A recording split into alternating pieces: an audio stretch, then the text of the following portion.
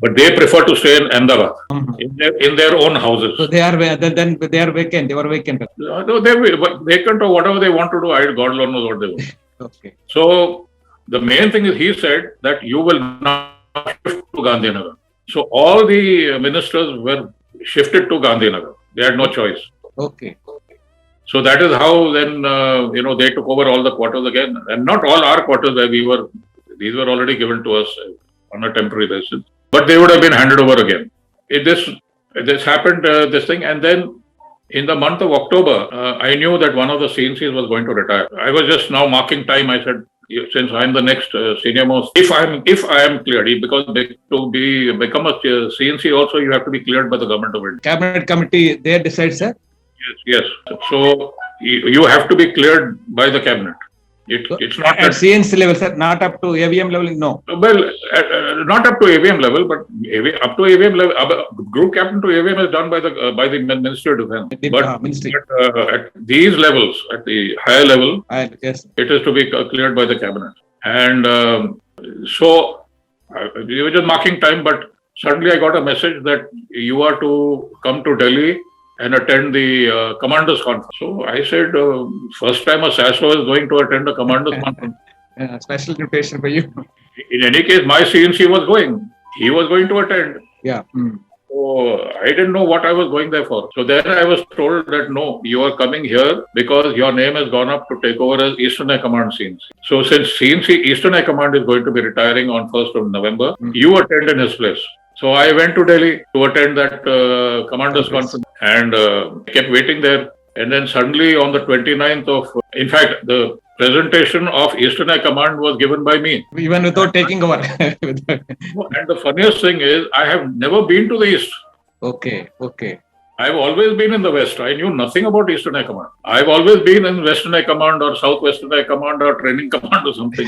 Yes, sir. So I didn't know what was going to be said. So anyway, they showed me some slides and all that. And I gave the presentation on Eastern High Command. And since I had been the ACS personnel you must have some idea. I knew that whatever points Eastern High Command had put up, I had already actioned in a lot of issues. And suddenly on 29th evening, I got a signal saying that here you are to take over on 1st of November. Now it was 30th of October. Again, last minute scramble. I rang up my wife. I said, our posting orders have come, get ready to move.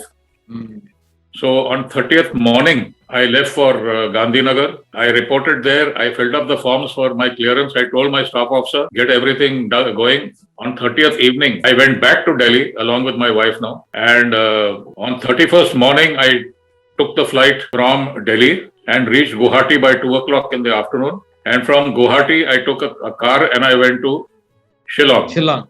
Okay. And I reached Shillong at 4:30 in the evening of the 31st. By that time, of course, the previous CNC had already left. Okay. And now fortunately, I have one suitcase which had all my uniforms in it. So going in uniform was not the problem. Yeah. But the rest of it was, because you can carry maximum, how much can you carry in a civil aircraft? Anyway, I had one odd suit over there and my uniforms. And on 1st November, I took over Eastern High Command. That is great, sir. So have we ever thought that you would go up to that extent, sir, in your initial days of your Air Force career? No, I never thought about it. I never really. Really great, sir. You deserved it. It was a blessing in disguise going to Eastern High Command because it's a wonderful command. Yes, sir. Okay. Beautiful. And after taking over, I have my habit of going and meeting people. Interacting. Yes, sir. Interacting. So what I did was, the day I took over, I sent a message after initial that those press people come there and all that. I told everybody that please tell everybody in Eastern High Command building that they will stand outside their office and I will go and meet each and every person. Okay. So after that, I did a round of entire Eastern High Command, meeting everyone personally, including civilians. I think normally no CNC would do that. Normally they don't do it, but I've always felt as a youngster that one must be a little more approachable. That's great, sir. That's so great of you. Yes. That is what my aim as the CNC was. So after meeting everybody down the line, shaking hands with everybody, came back to the office and started my work, because next day I had to have a hollow square also and talk to the people. Now the Sasso who was with me was my old friend. He had also come just 15 days in advance. Okay. Both of us were new to the place. And so the next day I gave my talk. Mainly my intention was to brief people as to what I expected out of them. And one thing was punctuality. And I said, listen, you do your work and I won't say a thing. But I can come down very heavily if I find that you're not doing your work. That's the basic function, being maintaining discipline. That should be understood very clearly. And besides that, I was a little particular about fitness and things like that. So I started that every Monday and Thursday we will have PT. Okay. On the ground at 4:30 in the evening, everyone to meet on the ground, including me. Okay. So nobody could skip. If the CNC is there, nobody can skip. Of course, obviously. So after doing PT over there, then we would play games. 1 hour, total 1 hour, and then we would pack up, because there it used to get dark earlier also. And then I introduced tracksuits and in summer t-shirts and with different colors. That is true. Like the ops branch was given in blue. The maintenance branch was given in blue. Different colors to different departments. Yes. Yeah. So these people were very happy. They were and it was given on installment basis. They were nobody was forced to buy it immediately. If you could buy it, you buy it. Otherwise, you give it on installment. Okay. Good. But my intention was that I could see everyone. I used to stand at the back and do the exercise, but I could watch how many people are there. Great. Okay. So these few things were introduced, of course. Beautifying Shillong itself. I mean, the headquarters was one thing. Yeah. I had to put mirrors because there were too many turns and twists and turns, where traffic coming from the outside. Yes. So these parts of it was issued. Plus, now my house was downstairs. I mean, in lower Shillong. Everyone else stayed in upper Shillong. Now, Shillong is such a thing where the Eastern High Command building is. All the houses are around that place only. Okay. Except the CNC's house, which is down below. How far, sir? It's about 10 kilometers. You have to settle daily in that case. Yeah, every day, morning, evening. Oh. Even if you had stayed for a party, then you have to go down at night. Only thing is that you always had a police escort. That jeep and all going. Okay. And Shillong, that way, was a very highly disciplined place. Place. I mean, cars, they never did what you do in Delhi and other, like Hyderabad or even in anywhere down south, the way they cut lanes and things like that. There they do lane driving. Chief was going to retire, that is Air Chief Marshal Krishna Swamy. Mm-hmm. So I had to call him for a farewell party. Okay. But he decided that he wanted to have it at Hashimara, not in Shillong. His famous place, favorite place. But now I had to go start doing things in Hashimara for him. And that is the time where we realized my Sasso, Marshal Vaidya, he was having a problem with breathing. And so I asked him a couple of times, I said, are you feeling okay? Are you medically all right? So we got him checked out. There was some growth, which we finally found out in the CT scan. Oh. So when we went down to Hashimara for the CNC chief's farewell, I asked the chief, I said, sir, can you please take him? He is not keeping too well. And sure enough, it turned out to be a galloping cancer of the lung cancer. He went down to Delhi, and thereafter I didn't have a Sasso. So I was CNC and Sasso all wrapped up in one. My God, so many activities to be done. Yeah, so I had to do all the jobs which were besides my own job as CNC of looking after administration of stations, and I had to do all the operational work also. Yes, sir. And besides, the thing was that I had to visit all the governors of all the states. So that was a mandatory requirement. I had to meet all the governors also. Okay. I didn't have a number two. I couldn't go out, for far too long. I would go out for about 2 days and come back, go out for 2 days and come back. Mm-hmm. So even my visits to the governors were covered like that, and go out and meet them and come back straight away. Is it a courtesy or some? It is a courtesy call plus it is a mandatory call. Mandatory. Okay. So besides the seven sisters, which means all the northeastern states. Yeah, seven states. Yes, sir. Yeah. Then I had to go to meet Governor of West Bengal, Governor of Jharkhand. Acha, besides them. Okay. Because these came under the same area. Okay. All these places I had to go and meet them also. Sure. Besides that, there were a lot of other issues on the operational front. So you must have had a hectic schedules there, sir, being there alone. And then I had requested the medical side that I can't keep sending people from here to do their medical in Delhi or Bangalore. Mm-hmm. Bangalore has Institute of Medical Sciences, and Delhi has the CME, Yeah. Central Medical Establishment. Yeah. So every time one has to go, you have to go to these places to do your medical, especially the senior lot. So it is not possible to do that. So I at that time requested Mrs. Bandopadhyay was there, Padma Bandopadhyay. Okay. So she was our squadron doc in 27 Squadron when we were youngsters. Later on in 21 Squadron also. So my old associate was so she was also almost a contemporary type, sir. Yes. Okay. And we were good friends also. Oh, great. So I told her, I said, see, Padma, I need to have a hospital here. I mean, a CME. I can't let ACRO go all the way from here to Delhi. So with her help, we opened a CME at Jorhat, where I inaugurated. I haven't put my name there. I just said done by CNC. Why, sir? Why no? People are crazy for names. No, I didn't want to put my name over there. Okay. And I just said, leave it. Just write CNC. Let them guess who it was. Okay. Then I went around to Dinjan. While landing at Dinjan, see, I'm a person who believes that a lot of old structures are there which can be used. It is just that we have forgotten to use them. So now Dinjan, what was happening was it was an old runway, but it was disused because there was no aircraft landing there. So when I was landing in my helicopter, I used to find that a lot of dust being kicked up, and people, they had a little bit of a shield. That's all. So I told the station commander there, I said, first of all, get this place cleaned up, and it needs cleaning, and there were blast pans over there also. So I said, get the area cleaned up. Plus, while I was coming down, I found one old ATC building. So both of us in the evening, we went for a walk and we went to this building. And we found that the building was pretty good. Okay. It's an old World War II building. World War II, okay.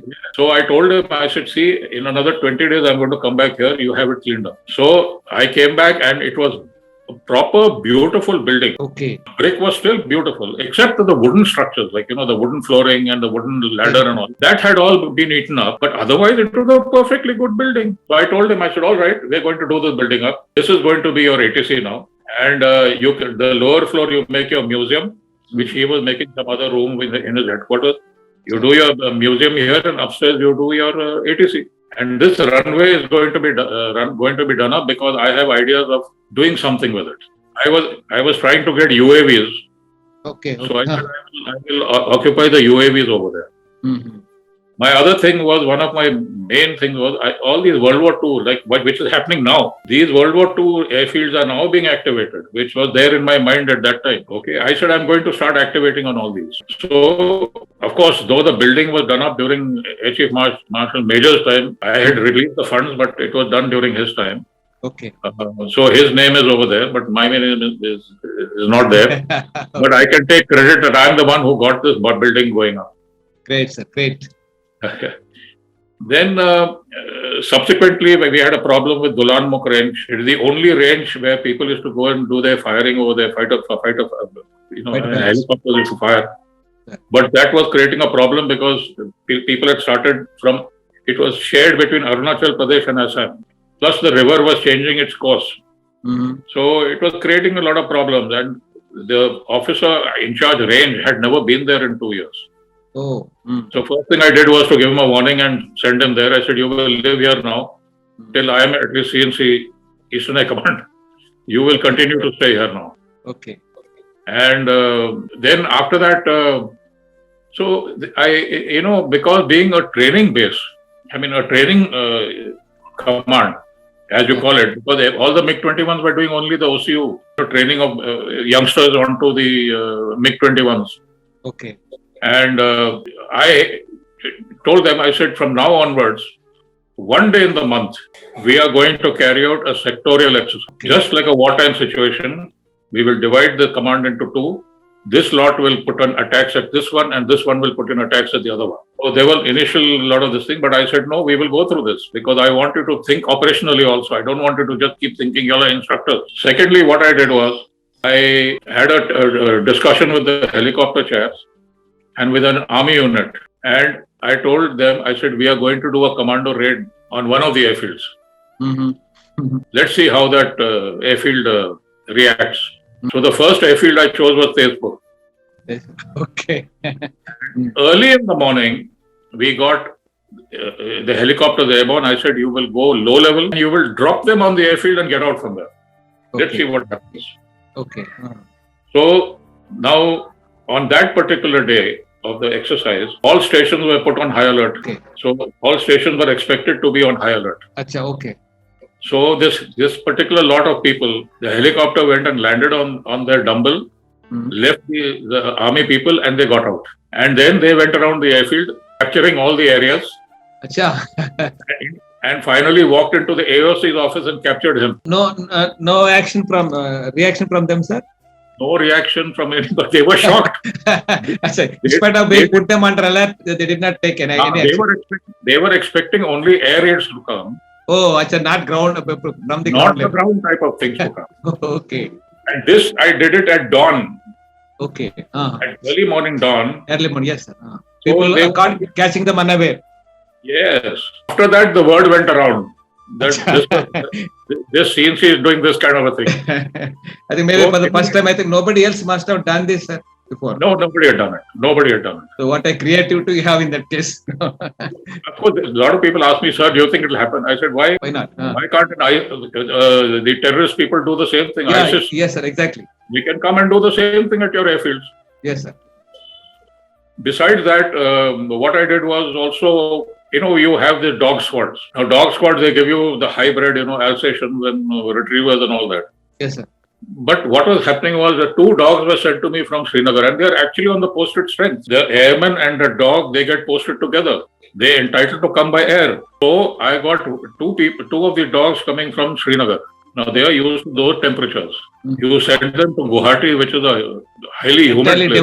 different kind of. Yes. Within 6 months they died. Naturally, sir, they can't get accustomed to this new climate. They couldn't take that weather. And so what I told everyone that you will start getting the local dogs. Give it to each DSC post. All that DSC post has to do is to feed the dog, and the dog will become his friend. And a local dog, if it starts, getting nasty, he can go and bite also. So I said, anyway, you keep them. And each DSC post was told, you look up. They are not to be left alone because they'll go on to the runway. They are to be nicely kept, tied up and all that, given food and all that. So in case an intruder comes in, at that time the Air Force stations did not have walls except for Tezpur, which had a wall because of the elephant menace. Okay. The other airfields did not have. Not even fencing. Fencing was also.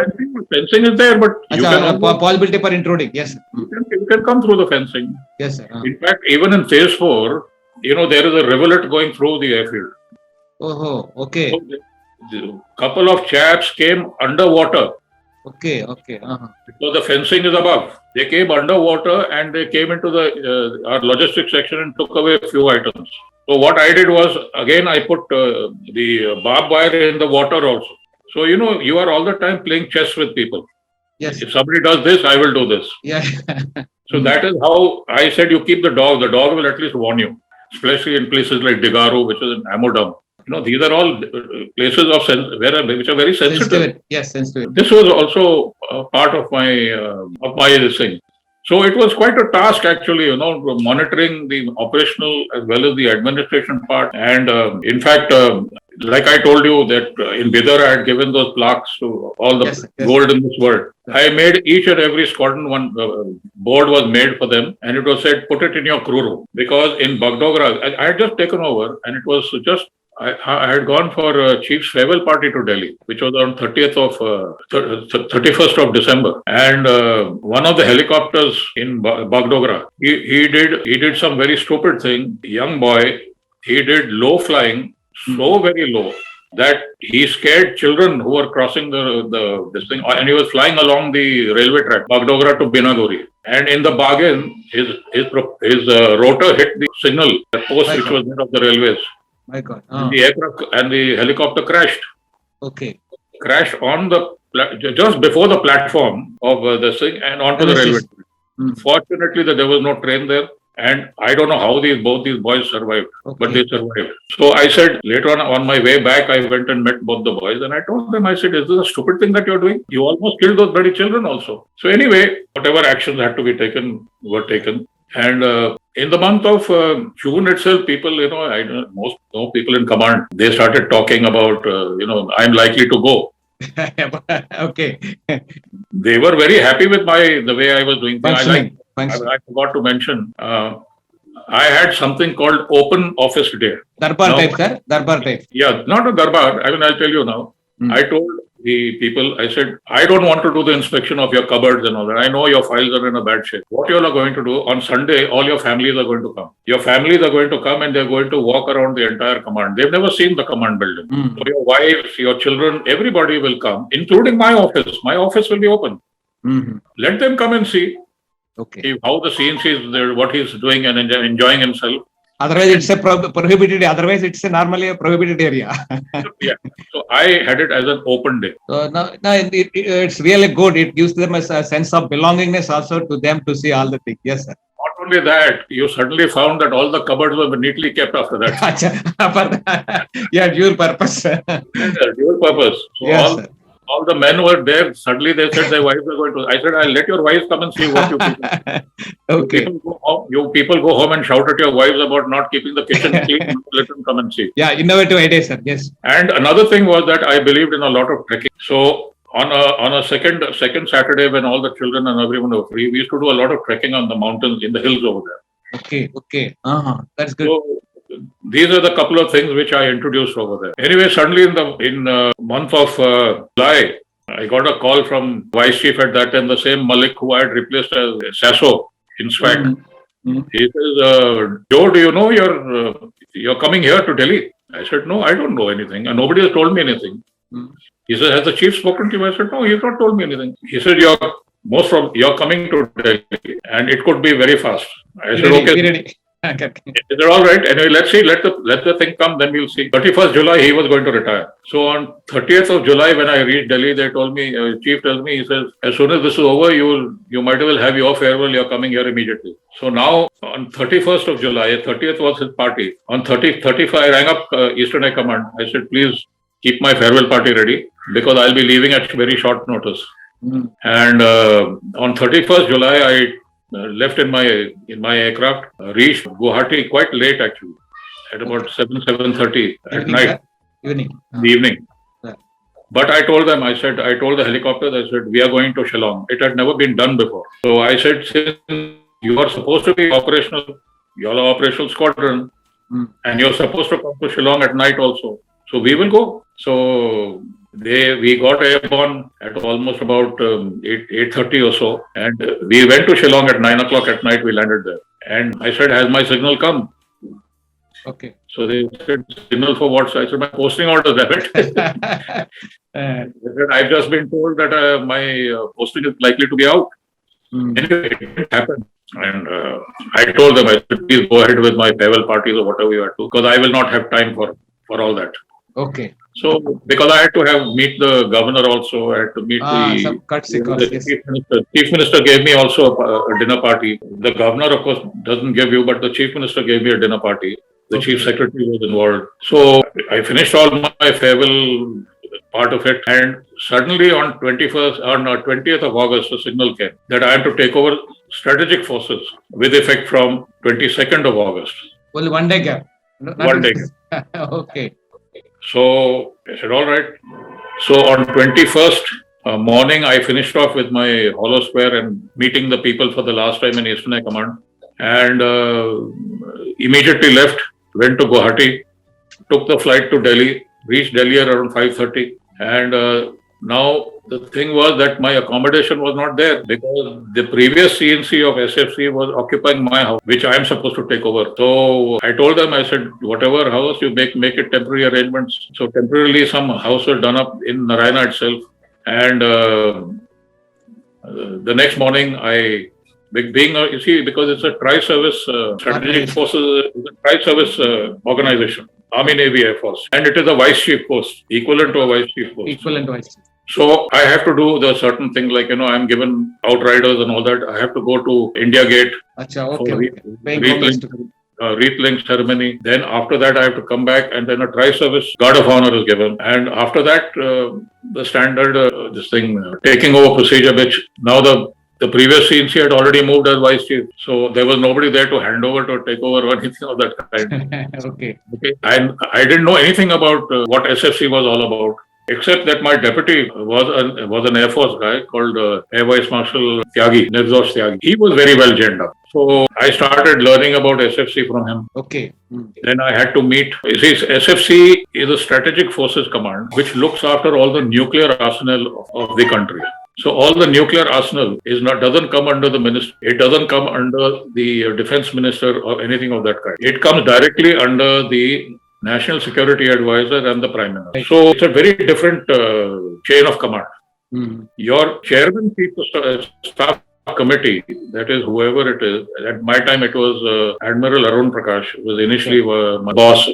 He was the chairman, but he is there only as a conduit.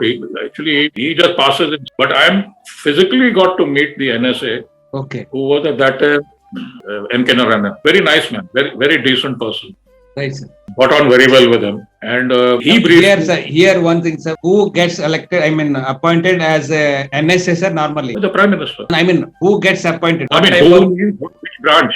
Yes, basically, what I found was they happened to be more from the police. Police also. Yes. Police int branch, intelligence. Like presently, Doval is in charge. He was Ajay Doval. Yes, sir. Before him was N.K. Narayanan was Singh. So they are from IB and police. No, and it was IS also. Yeah. Menon was the NSA also in between under the Congress. So he was a bureaucrat. They decide what the Prime Government Minister decides. The government decide what they want. So in his case, he was retired. He was in the int branch himself, and a very nice, very approachable person. So although I did meet Shri Pranab Mukherjee, he was the defense minister. That is because I was selected as a CNC from the Ministry of Defense side. Yes, sir. So through the defense secretary, who was an ex-army captain himself, he took me to meet the defense minister, though he didn't chat with me at all. Oh, okay. He just said, sir, he's so and so, this, that, and the other, and since both were Bengalis, so they spoke more. The defense secretary and the defense minister. Okay. So anyway, after meeting him, I came back, and now I had to get into the groove of what this whole thing was about. Now, first thing I realized was that a command which did not have its own flag, how are you going to show who you are? Correct. So some temporary flag had been made, by the previous two. The first CNC was Marshal Asthana. Okay. Now, unfortunately, he was moved there, but he didn't even have an office or anything of that kind. He just used to operate from headquarters only, and he had just about 5-6 people under him to start the thing going. Then came Marshal Bhavnani, who got some officers and men and all that thing. We didn't have the land available. Manpower. It was pathetic. Can you imagine in a coup section? There was only coup and ATC and 2-3 DATCOs. So starting off with saying that when Bhavnani moved in there, and there was really nothing very much that was there under. So when I took over, I found that according to the nuclear doctrine, you're supposed to react in a particular time frame, but there was nothing there. They were all still under command of Army, Navy, Air Force. First thing what I did was I wrote off a letter to the NSA, a copy to the 3 chiefs, that is the Army, Navy, Air Force, saying that all these assets which are supposed to be under me are to be transferred directly to me, and I am not going to operate through any of the 3 services.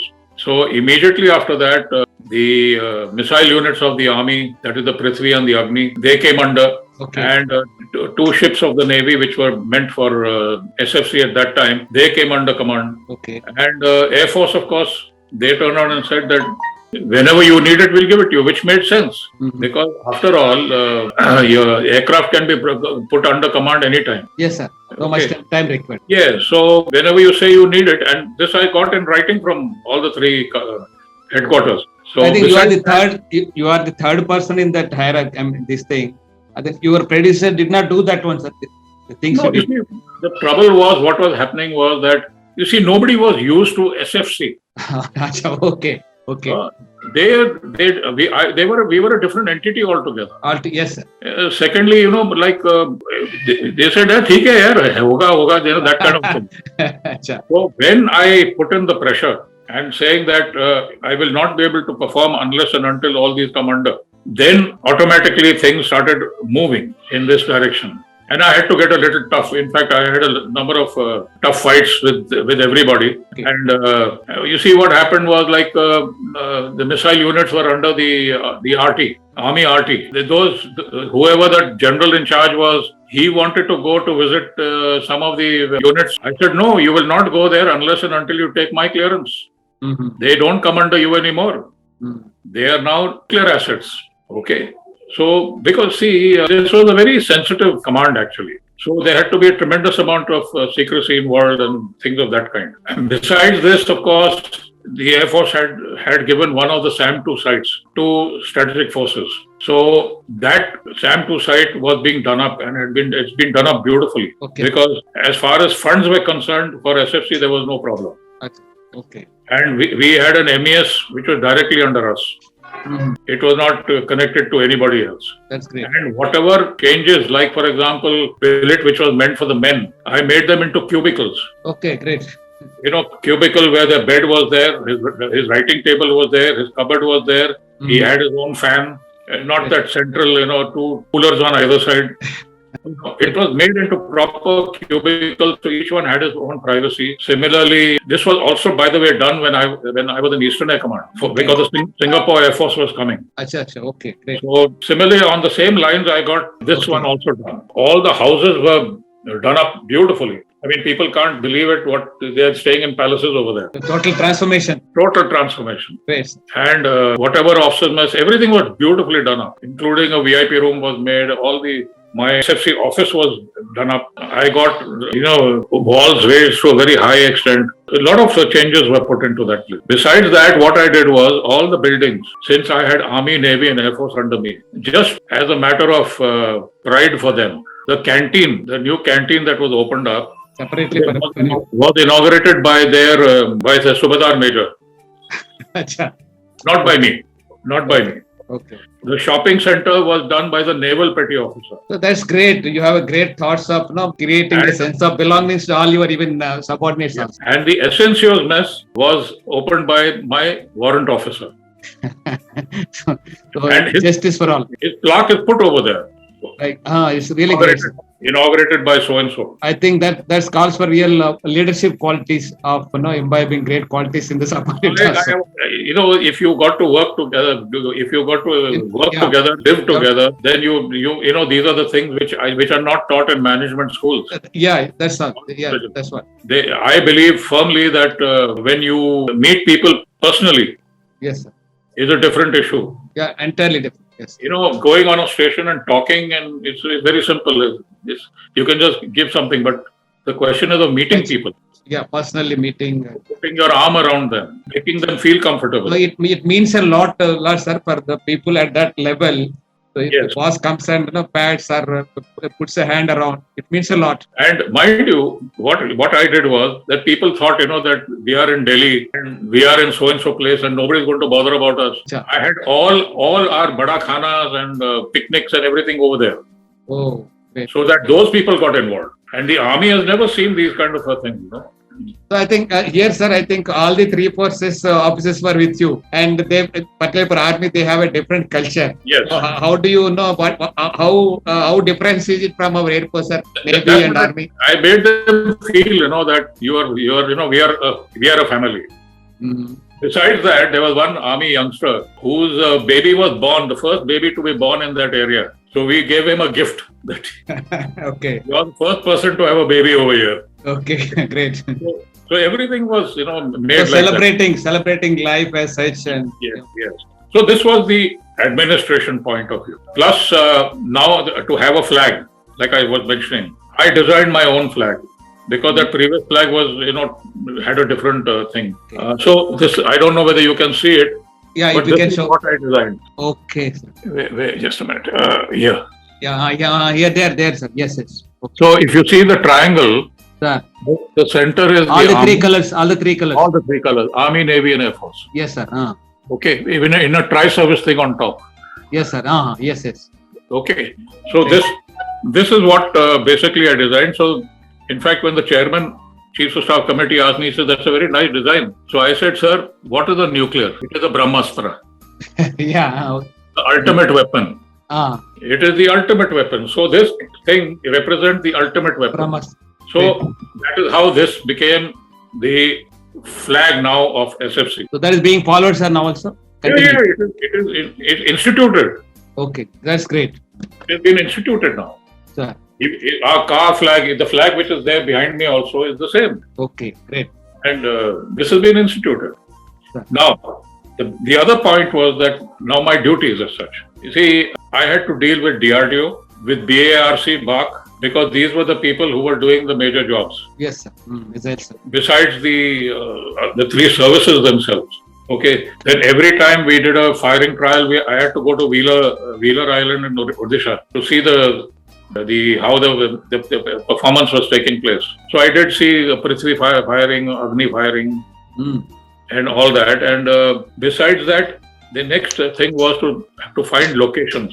See, after all, you have to have hides everywhere. You have to look for places where you can keep them away, camouflage properly. So all these, that means I had to go all over the country. Actually, all over the country, I had to go to the northeast, to the south, Andaman Nicobar, all over, right? Lakshadweep, everywhere, so that you could identify certain places which could be used later on. Obviously, nothing is going to happen during my time, but it has a kind of preparatory thing. Yes. Then, besides that, my main job for me was that when the balloon goes up, I have to move the Prime Minister out of his office within a certain time frame. That comes within your role, sir? Yes. Because if the missile is launched from the other side, it is my duty to get him out from there. Oh, that's a sensitive role. Yeah, because he's my boss after all. Okay. See, what happens is that when I won't go into details of it because this is of course, besides sensitivity, yeah. But all these matters, it is not one single person who presses the button. What you see in movies and all that, okay, it's not like that. It is two people have to do it. And two people are the Prime Minister himself and the CNCs of the command. SFC. Unless and until two of you do it, you cannot fire anything. A very key role, sir. Yeah, this is a safety factor. Just one person in his own, supposing you have somebody who just wants to, gets angry and does something, you can't do it. Yeah. You need to have, a lot of judgment where this is concerned. And these kind of issues which are there are the main crux of strategic forces. Now we understood. We understood now the importance of this command. See, now what happens is people don't understand. I mean, if the organization has changed today, I do not know about it. Because in any case, although I was working till the last day, I didn't want to get into this because it's a matter of national security. National importance, yes. Yeah. So that is why I did not give lectures also. Like, people used to ask me to give lectures at National Defence College or Staff College. I said, sorry, I'm not going to be talking. There's nothing I can tell you. Yeah. It's such a sensitive issue. Can't be. So you see, these were the main things that took place. Of course, now I went there about 3 years ago. Oh, things have improved tremendously. See, earlier it was supposed to be only under the Air Force. Andaman Nicobar was supposed to be only under the Navy. And the Chief of Integrated Staff was supposed to be Army. Later on, a decision was taken that no, it will be always on rotation. So therefore, the person who was going to take over from me was a naval officer. And suddenly it was decided that since a naval officer is going to come, then the deputy has to be an Air Force guy again. It's a rotation type, okay. So because what happened was, after my taking over, within 2 months, my deputy was moved out. back into the Air Force. And they gave me a naval officer who came from the Andaman Nicobar, and he knew nothing also. So again, it begins from the beginning again. yes. So finally, he also went out within 2 months, and I got an Air Force guy again who just came 15 days before I retired. I think every time it's happening with you, sir. All the time you lose your second in command and you take the entire load upon you. Yes, and managing successfully. That's the thing. It has always been like that. That is the problem. I mean, I don't know why it happened, but believe me, from 1980 onwards, whenever I tried to take leave, I never got it. Except in 84 during Op Meghdoot, when I did that Leh landing and all that, after which I took a break because the CO had come back after his 2 months. I said, now I am going on a break. Yes, sir. Now the general belief or presumption in our men is that officers are like small kind of kings. They enjoy everything, all the things, but we only made to suffer. That is they don't give us the leave kind of thing. Normally that mindset we have, but after listening to your story, we listen a lot about your sufferings or difficulties or challenges in day-to-day life. It has been quite a thing, because even when my children were in colleges and things like that, I mean, I'll tell you, for example, when my second daughter got married, sir, I had to go to Shillong because my son-in-law was from Shillong. Oh, I hardly came back. In the meantime, my third daughter says, I want to get married now. Okay. And I had just come back to Hyderabad. Mm-hmm. Within 20 days, we had to get that girl married, and my wife did all the running around. I was busy doing something. Okay. So many hectic activities without any rest and leave and all that. The personal life was almost, zilch. But one thing is there, that ever since I got married, my wife was always with me, and she was there every time. Supporting. There is a lot of support which came in from her side. So it matters a lot, sir, if they give the support.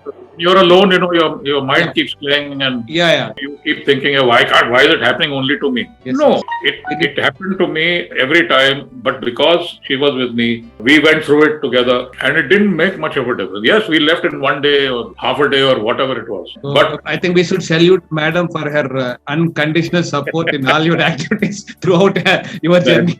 Yes, that is true, and especially because she was trained herself in mentally challenged children. Yes, I think she is doing a lot for the social cause for those things. She was doing all that, and especially in Eastern High Command, there were quite a few children we had, who were challenged. So with her experience, we could, a lot of help was given to them, a lot of help. So finally, that my years of service came to an end. And on 31st of December 2006, and I have enjoyed my retired life after that. Playing. What a glorious journey, sir! Challenging, always, active, always in the thick of action. In spite of you were not having your deputy and managing things and doing your duty to the best of your ability, to the satisfaction of your bosses. So I think it's a glorious, phenomenal, fabulous, and unstoppable journey, sir. I salute you. Thank you. Awesome and amazing. Yes, sir. So now there was one point in which Nurul Amin brought out. Sir, why is that MiG-21 being called? Yes, sir. Now I wanted to tell Nurul, if just because so many Maruti Suzuki cars crashed on the road doesn't mean it's a bad car. Okay. Because at that time, the Indian Air Force had only MiG-21s. Okay. They were mostly in use. Yes, sir. Yes. Yeah, there were some faults which came up later on in some of the aircraft. Like I told you, I did the inquiry over there. What had happened was that, most of the parts were coming from Russia earlier. And then HAL started producing some. And whether it was done at Lucknow or whether it was done at Koraput or wherever it was, metallurgy makes a lot of difference. Yes, sir. So such an exciting and adventurous journey. What are the most challenging single event that you faced in your glorious career, sir? Single most challenging event you faced in the service? Most challenging? Well, I would say that my dream of making Eastern Air Command an operational command. Okay. It was one of my major dream in doing that. And I forgot to mention, but I did start operating from an airfield called Lingpui in Mizoram, because I said I'm going to use these airfields. I must start operations here. So the intention was that after all everything was challenging. Okay. Everything it comes on a plate. One has to really work hard towards getting whatever it was. So the most the happiest occasion in Air Force? Happiest occasion. Being in the Air Force itself. Great reply. Okay. No, believe me, I mean, I'm telling you, I mean, having seen, I have been with the army Yes, sir. for a number of years. Yes, how do we differentiate army with the Air Force, sir? Their culture part, that mingling of men and officers part. They have a different culture altogether. And the Navy is also a totally different culture. Like I said right in the beginning, I think the Air Force is the only friendly force, as I would turn around and say. Yeah, definitely. And we are all highly technical. You see, we understand. We've got very learned people. Yes, sir. You see, in the army, initially they were getting people who are not even 10th standard qualified. Yes, sir. Okay. Navy, yes, a technical force. Air Force was in any case a very technical force. Okay. Whichever branch you were, that is not the criteria. But our education